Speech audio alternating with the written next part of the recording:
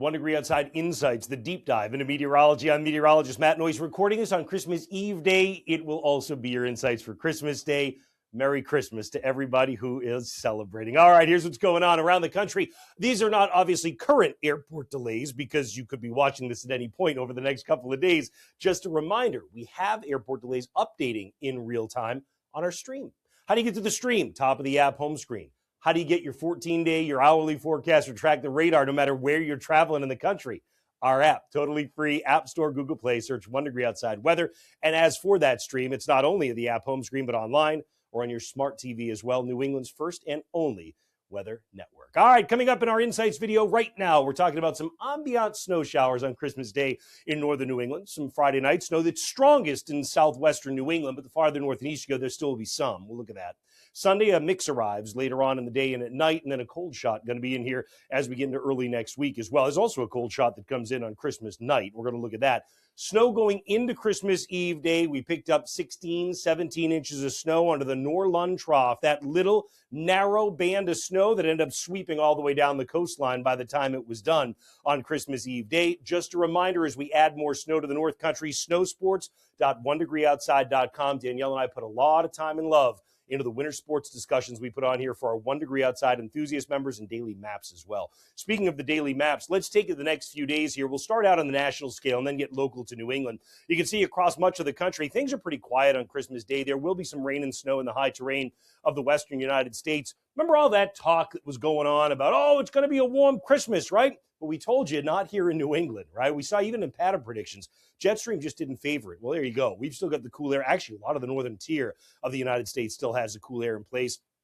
That allows the next storm to travel along the edge of that cool air. And by the way, that's also one we've been watching for a couple of weeks in pattern predictions, isn't it? There's been very good signals on this one sometime on the 26th. It turns out it's going to be on Friday night. Should be gone early on Saturday. But notice Friday, we're even more into the cold air. So you never really get into that warmth. I mean, you go out into the upcoming weekend and that storm departs for us. High pressure crests overhead. Across a lot of the rest of the country, you get some snow up in the Intermountain region. And then in terms of high temperatures, again, keeping the warmth suppressed down to the south. And on Sunday, we'll watch that next system coming in late in the day, evening, and night in particular. And there may be some snow from Denver to Omaha with that on Sunday. Again, your warmth kind of getting pinched off. And then here comes the next installment of cold charging across the northern plains. So 48-hour snow favors the Northeast and here at home in New England, and then also favors when you get in the high terrain out west as well. So those are the two areas that we'll watch for snow over the holiday weekend. All right, let's talk about us.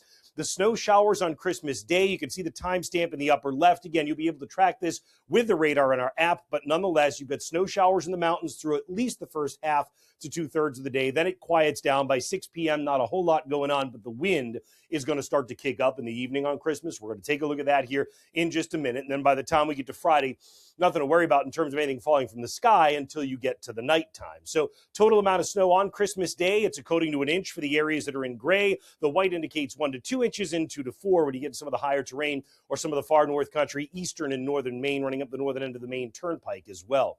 In terms of the maps closer to home, this is that next round that's going to be coming in as we head into Friday night. Now, at first, we've got high pressure and dry air, but I think what's going to happen is with all that warmth down to the south and west, we're going to get a trend to go farther north and east with this thing and try to spread some of the snow, probably even more than you see here. I wouldn't be surprised if it can make it up into parts of central, maybe light snow up into northern New England as well on Friday evening and overnight. We're going to watch that and update you on that, certainly. But again, for the purposes of this video, let's plan on accumulating snow coming in at least to the southwest half of New England on Friday night. And I'll show you a map of that here in just a second. Then Saturday looks like it's going to be cool and fairly quiet weather-wise. Sunday is good through about midday. And then in the afternoon, all bets are off. The next system comes in probably late day and evening, but this far out, the timing can be a little bit flexible on that. So I want you to just kind of plan on the fact that the afternoon may go downhill a bit.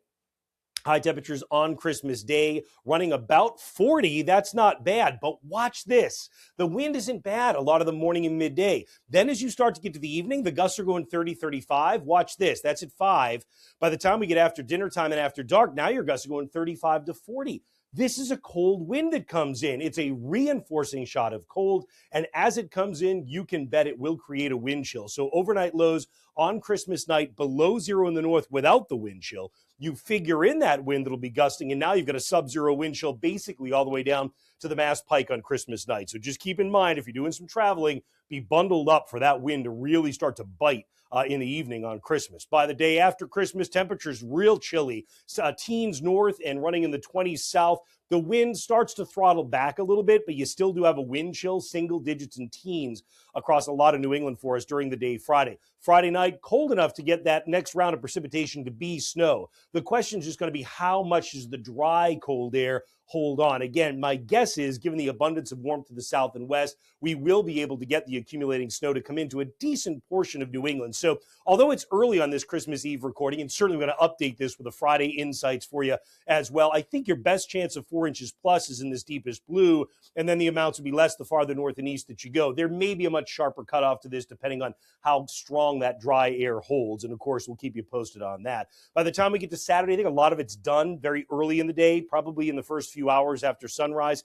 So you're talking about a chilly day, high temperatures running in the 20s. Sunday we start to rebound, and that's why when the next system comes in, either late Sunday or Sunday evening into night, it's going to likely have some mix that'll come with it, but at least probably a little bit of snow on the front side. Just a reminder, if you want to support what we do here, we appreciate it. We are completely independent and bootstrapped. So if you'd like to support us, membership.onedegreeoutside.com, lots of different options to do exactly that.